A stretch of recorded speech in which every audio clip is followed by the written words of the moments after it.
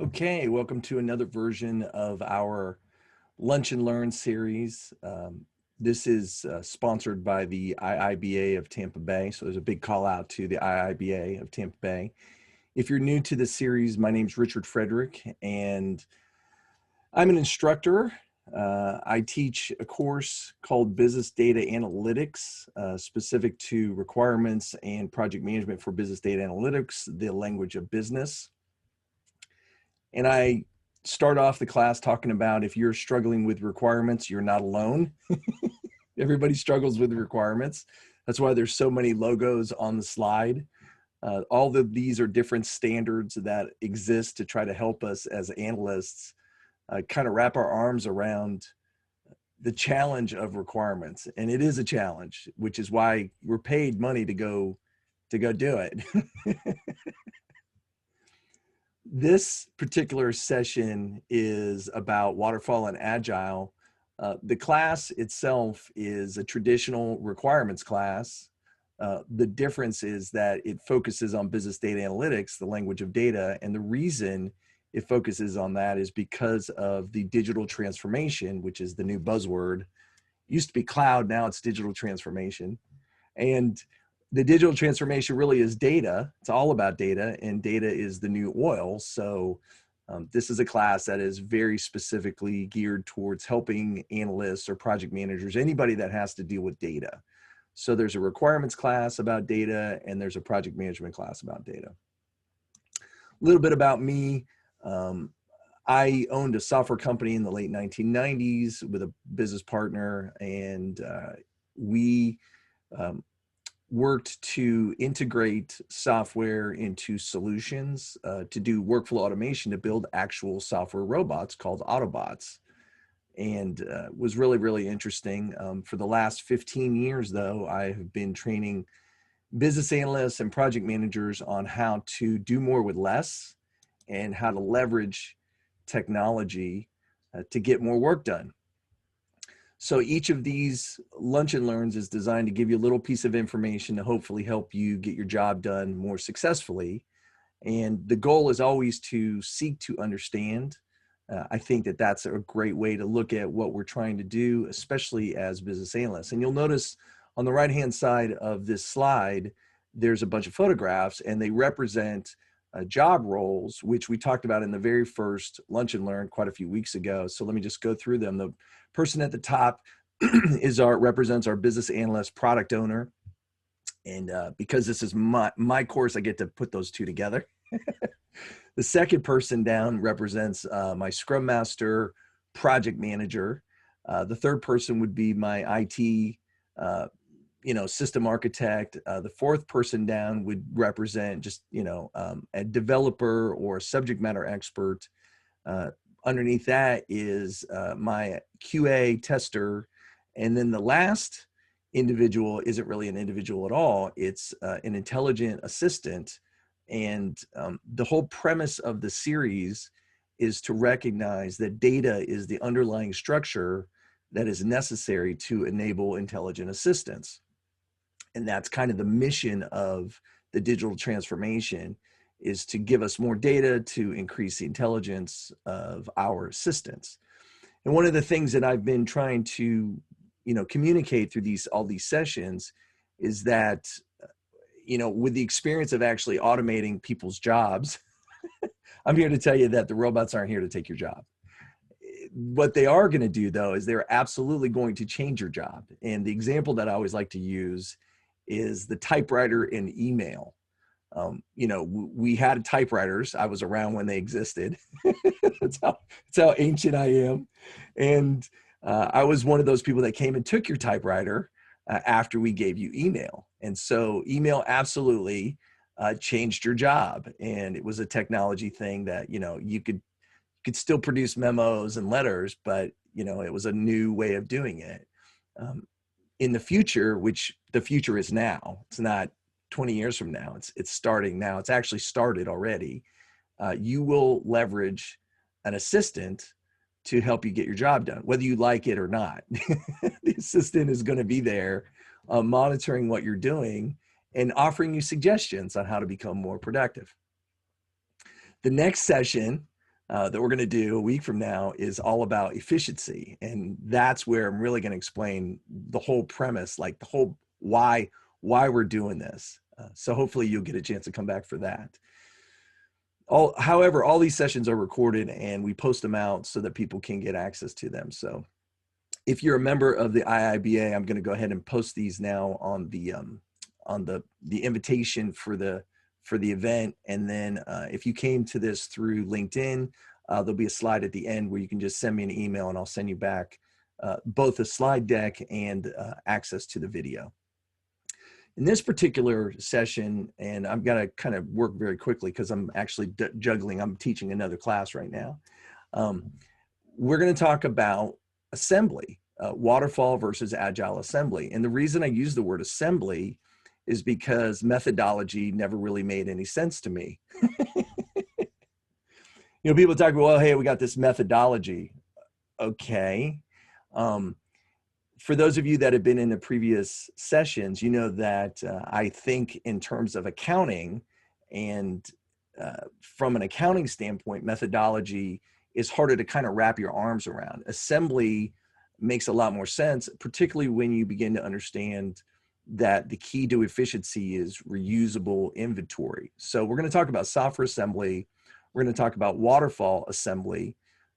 So software assembly, the concept is analyze, design, code, test, just the generic flow. With waterfall, we're going to talk about scope driving schedule. With agile, we're going to talk about schedule driving scope. And then we're going to just touch on agile planning, roadmap, backlog, and release. So let me go down here.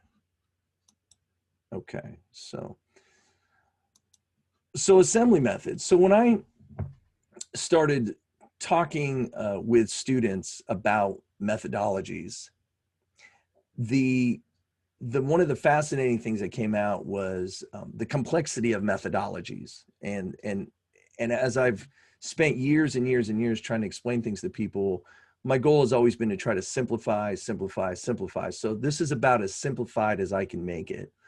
So software assembly really falls under, you know, four major steps. There's the analysis phase, which is really our role predominantly as analysts. We're a big part of the analysis phase. There's the design phase, which we might be a part of that depending on what our skill set is, or that may be something that is left to more technical professionals. Obviously, there's the coding aspect of it, and then there's testing. So if you look at the world kind of through those four steps, it's an assembly process. So here it is looking more like an assembly process where we have a requirements engineer, which would be us, theoretically the analyst or product owner. We'd have our architects, our developer, and our QA tester, which again, I showed you the list of the people at the beginning. What I really want to do here is just talk about assembly though. The big takeaway from this is that there really isn't that much of a dramatic difference between waterfall and agile when you look at it from an assembly process. And that was the thing that I was trying to get to is, you know, there's a big movement towards agile today, and that's awesome. I don't have anything against agile, but as a business analyst or product owner, you need to be aware of the fact that there still are waterfall projects that you might be required to participate on. So not everything can be done in agile. I mean, building a building, it would be very difficult to do in agile. So what are the parts? So let's talk about there's four things you need to understand about assembly, just four. So we'll make it really simple. What are you trying to assemble? What are the parts that you're assembling? That's your scope. How long is it going to take you to assemble them? That's your schedule. How complex is it? That's your risk. And how much are you going to spend? That's your cost. So there's a lot of communication between, you know, what's the difference between waterfall and agile? And really it boils down to just two simple concepts. In waterfall, your scope actually drives your schedule. So what happens is you're going to break things down into, you know, decompose or decomposition into small pieces, and then you're going to line everything up on a schedule. So your scope drives your schedule. Your schedule will be determined by, you know, how much scope you've got available that you have to build. With Agile, we flip it around where your schedule really dictates your scope. So let me just start on the left-hand side with Waterfall. In Waterfall, you lock down your scope, then you assemble these transactions along a critical path schedule. And the risks are measured against the overall project scope, and there's an adjustment to the schedule that's managed through something known as contingency reserve. And generally speaking, in Waterfall, work is assigned top-down. In Agile, your scope drives your schedule. And what you're really trying to do is you lock down your schedule in the form of what we call a sprint, like a 2-week sprint or a 3-week sprint. In this session, we're just going to deal with 2 weeks, and I'll explain why as we get to that. Then you determine how much of your scope in the form of story points will fit within a 2-week sprint of about 80 business hours. The risks are measured against scope to identify complexity and calculate those story point values, and the work is selected bottom up. So when you're looking at kind of a difference between them, Waterfall tends to be known as more of a predictive model. You're trying to figure it out in advance and sort of have it all set up in advance, and then you go to execute. Versus Agile, which is an adaptive model where you might have some of it set up in advance, but you're allowing yourself a lot of flexibility in your ability to manage change as you move through your process. So where Waterfall doesn't really like change, Agile embraces change. So that's a kind of a key difference between those two. So let's talk about Waterfall, where your scope drives your schedule. So Waterfall has been around a long time. I mean, it's how we build physical, tangible assets. And with Waterfall, you break down a product into discrete, individual, tangible assets called work packages. And that word discrete is really important because discrete is the smallest thing you're going to identify in your plan. For some people, discrete might be, one remote control. For someone else, discrete might be each part of the remote control. So again, that definition changes based on each project and each organization and what you're trying to do. The idea is to figure out exactly what you're going to assemble in the beginning and then try to lock down the deliverables into a scope baseline with minimal changes. From the scope baseline, you're going to create a list of assembly tasks and activities, which I call discrete transactions for accounting purposes. And at the end of the day, everything that we do as analysts has to somehow fit into institutional accounting systems. So I'm going to be covering those topics later on in future Lunch and Learns. But what you want to do is arrange them along a scheduled timeline called a critical path. Once you have a scheduled timeline, then you analyze how complex or risky the work is to complete. And this risk analysis is then added as a contingency reserve to your project to compensate for any surprises. Finally, knowing all this up front allows you to develop a cost baseline to help track spending. So that's pretty much traditional Waterfall. That's been around for a long time.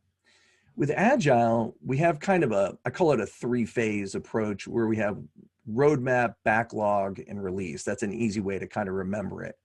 So roadmap is your structure.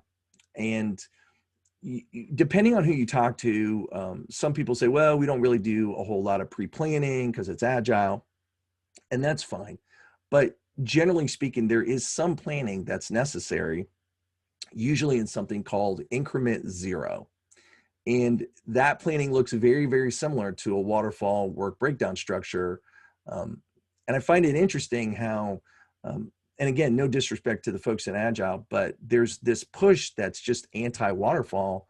And I don't necessarily know that always benefits an analyst, because an analyst has to be flexible and be able to work in a lot of different environments. So it's okay to say that a roadmap looks a lot like a work breakdown structure. That's perfectly fine.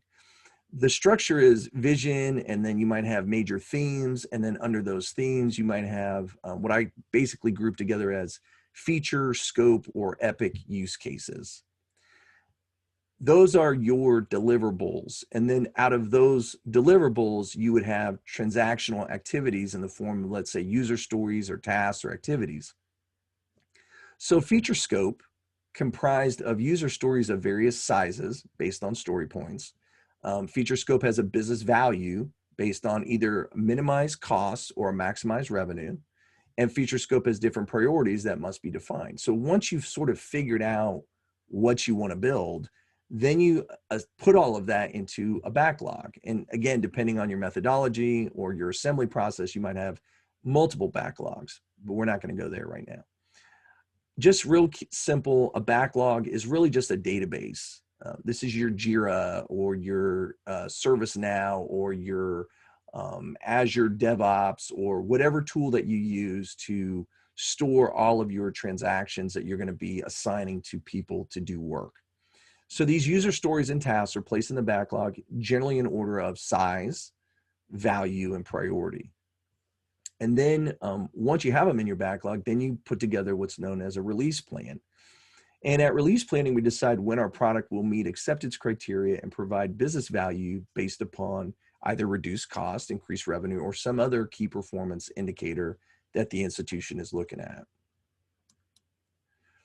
Agile Assembly, which is, again, schedule, drive, scope. In Agile Assembly, that's a pretty recent and popular method for assembling non-tangible intellectual property assets like software. So my company was an Agile company. We just didn't call ourselves that. We were a lean software development business. So we've, a lot of similarity, not pure Agile, but there's a lot of similarity to it. With Agile, your schedule is locked down. And when I say locked down, it's your institution is saying, look, we have a set amount of time that we want to look at things, usually 2 weeks in length, called a sprint or an iteration. And it's interesting to me that when I started hearing about, Agile as terminology, and I heard about the sprint and that it was 2 weeks, we started laughing because we'd been operating on a 2-week method or assembly method for many years simply because of payroll. And I have a belief that that's probably, and I could be wrong, but I mean, that's where it may have come from, is the fact that, you pay your developers and you pay your staff every 2 weeks. So it makes sense that you want to show accomplishment every 2 weeks. At least it was for us. That was the mindset. So for us, it was tied to payroll every 2 weeks. The idea behind Agile is to answer the question, how much work scope can you assemble during an 80-hour sprint iteration?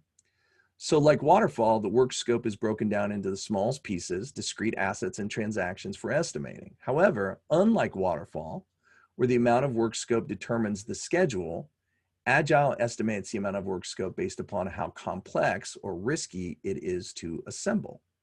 The complexity risk of the work is identified using a subjective measurement called story points. So story points are represented using a sequence of numbers, 1, 3, 5, 8, 13, 20, 40, and 100, for example, based on Fibonacci scales. Nothing like making it really complex, right? To simplify it, to estimate complexity risk, the greater the complexity risk, the higher the story point number. Story point complexity is determined by the team members who break the project into small pieces, discrete components, and then vote on each component's complexity risk. That's your planning poker. If you've ever gone through that or heard about that, that's what that is. So let me give you an example. A discrete component of work with a story point of 40 is far more complex to assemble than a discrete component of work with a story point of 1. And that's the idea behind it, is that the lower the number, the less complex it is, the easier it is to assemble. Once the team agrees to a story point, that number is assigned to that discrete component of work. This allows the team to determine which work should be assembled within a sprint or iteration. I'll explain why I use the word assembly here in a moment after I go through this, as opposed to creation. I'll get to that here in a moment. The total amount of work scope a team can assemble during a sprint iteration is called velocity. For example, one team might have a velocity of 100 story points, while another team might have a velocity of 150 story points. The higher the velocity, the more work the team can assemble. So pretty straightforward. Knowing the estimated velocity of each team allows the product owner, business analyst, and Scrum Master project manager to prioritize and schedule the work scope. Finally, you can use, if you need to, a time and materials accounting approach to develop a cost baseline to track spending. All right, so let me touch on, just before I get into this simplified sprint velocity, let me just touch on why I keep using the word assembly. When you say assembly, what you're really thinking about is the fact that you have already created existing objects of software, hence object-oriented programming, as opposed to having to create objects. So the objects are already created, which makes the process go faster because it's an assembly process. If the objects aren't created, then yes, you have to create those objects from scratch. If you've already done it once and you've got it stored in a source safe, then the process moves much faster than if each time you're having to create something new or recreate something that you've already done in the past, but you didn't save it for reuse. We're going to cover all that in detail next week, but that's kind of the background as to why I use the word assembly, because assembly then is assuming or presuming that your shop is setting things up for reuse to be better organized. Okay, now, everything that I've told you, none of it is locked down as, this is the right way or the wrong way. I don't really know the right or wrong way. I just know that there's certain things that work and there's things that don't necessarily work. And what works for one organization is not guaranteed to work for another. But conceptually, for those of us who are trying to manage lots of resources, the simpler we can set things up, the easier it is to get work through the pipeline of the institution. So I want you to think in terms of simplicity. So for example, a 2-week sprint might represent 10 business days, 8 hours a day, 80 hours. Let's say you have a 5-person team, which is what I showed you, the 5 people on my team. I actually have a 6-person team, but I have intelligence. So, but just in this case, I have five humans and 1 intelligent assistant. 5-person team can complete, let's say, 5 story points per day. Let's just say 5 story points times 5 people times 10 days equals a velocity of about 250 story points for the sprint. For those of you who have to deal with the chief financial officer of your institution, which is what I have to do, and that's the reason why I came up with a lot of this information, was that they wanted this information in something that matches the way that they see the world. So it wasn't enough to just say a story point is complexity. They wanted us to put numbers against it. So 1 story point is approximately 1.5 hours, and 5 story points is approximately 7.5 hours. Great. So now, and again, this is not locked in stone. This is just a concept that you can think about. Now you might have an easier way to communicate with the financial people who want hard numbers against work, which sometimes Agile struggles with. The other thing I want you to keep in mind is that a 52-week calendar year has basically 26 payroll periods or 26 sprints.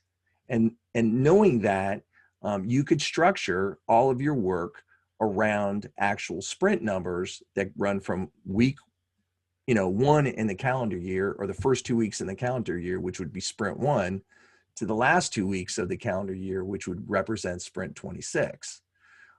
Again, that's just something that we look at and the way we think about the world. It's a suggestion more than anything else. So in a nutshell, let me come back. And so all of these events and these lunch and learns are what I call train the trainer. And the goal here is that you take something that you learned and you go teach somebody else. So hopefully you may have picked up something nice and easy that you can go back. So hopefully the big takeaway is, software is an assembly process. There's different kinds of assembly. Waterfall assembly is where the scope drives the schedule. So you got to set up all the scope first and then figure out what your schedule is. The Agile assembly is where the schedule drives the scope. So you say, hey, how much scope can I get done in, let's say, 80 hours? That's going to determine how we're going to put the work together. The Agile planning process really boils down to just 3 things: the roadmap, the backlog, the release. Okay, so that's it. I'm going to open it up for questions. I got a few minutes. So are there any questions anybody might have about anything I just told you?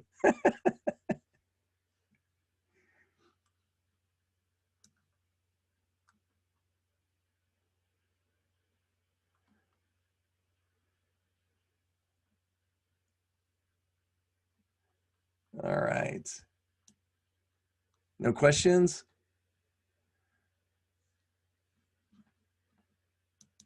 I'm just looking at the text chat. How to sign up for the next session. Ming, if you're a member, are you a member of the IIBA Tampa Bay? The links are up right above in the text chat. So if you go to any of the Facebook group or any of those items, if you look up, you'll see that we have a LinkedIn group. We have the IIBA LinkedIn. We have the IIBA on Facebook, and then we're on Meetup. And if you look under Meetup, we are under IIBA Tampa Bay, and you'll find the sessions there as well. If you are on, Sharon, if you are on LinkedIn, or if you can see on the screen in front of you my email, anybody that wants the slides directly, just send me an email, rfrederick.pmp@gmail.com, and I will send you back the slides, as well as a link to the video. So, what are your thoughts on the hybrid approach? My thoughts are that a lot of places use a hybrid approach. As a matter of fact, it seems to be more often than not that there's a hybrid approach. I know that there are a lot of really awesome agile consultants who are continuously trying to get their companies off of that, but it's kind of hard. I mean, it's very difficult if there's a kind of a history there. But let's see.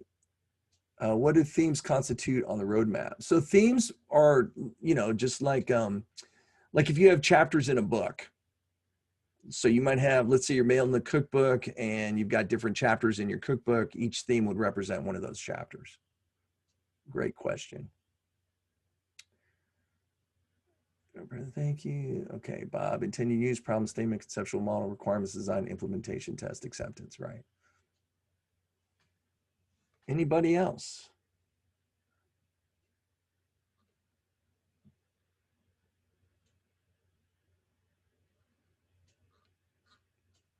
All right. Yeah, again, this was very short. These are all very short. They're just meant to be, they're not in depth. They're just meant to be, lunch and learns, refreshers. So hopefully the big takeaway, if you're an analyst and you're trying to remember, because I sit in meetings all the time and, my brain is, you're going back and forth and your thoughts are, well, how do I remember Waterfall? Just remember scope drives schedule on Waterfall. And then in Agile, remember that schedule drives scope. And that's how you can differentiate them really quickly. So that was the purpose of this. The recordings, again, just send me an email, rfrederick.pmp@gmail.com, and I'll send you a link to the recordings. Did you get that, Grace?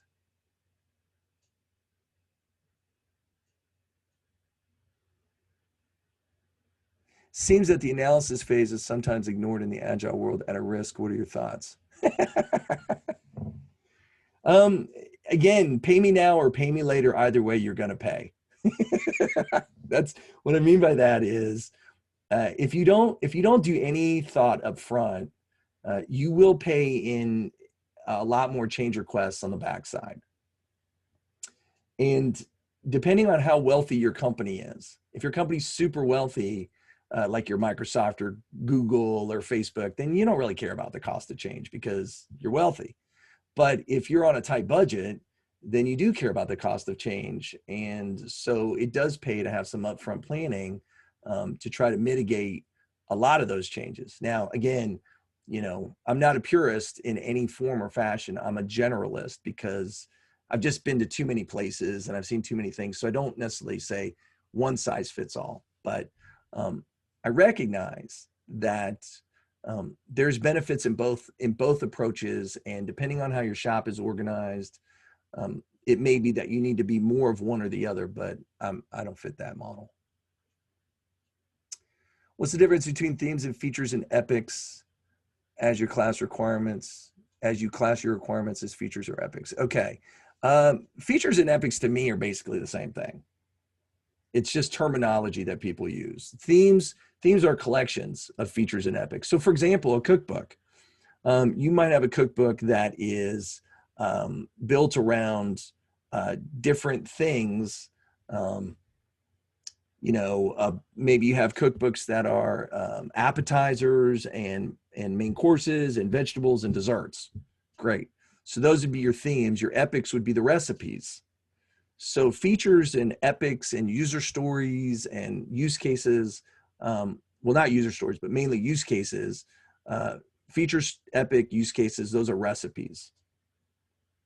And then you might have specific user stories within each recipe.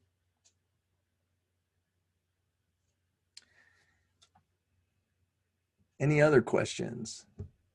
Okay, well then, thank you so much for your time, you guys. I'm going to wrap it up here. And just like I said, if you are interested in the slides and a link to the presentation, the link will come later, so it'll take me a little while. Plus, I'm actually teaching another class right now on another Zoom session, so I got to get back to that. But go ahead and just send me an email, or if you're not connected to me on LinkedIn, please connect to me on LinkedIn. Would love to stay in contact with everybody who is part of these sessions. So feel free to do that. And thank you. And if you're connected with me, you'll be able to find out more about joining the IIBA Tampa Bay. It doesn't cost anything to do the meetup version of it. And we'd love to have you become a member of our group.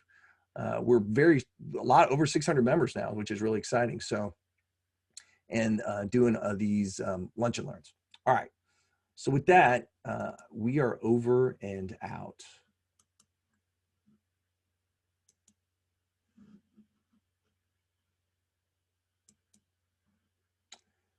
Thank you, everyone.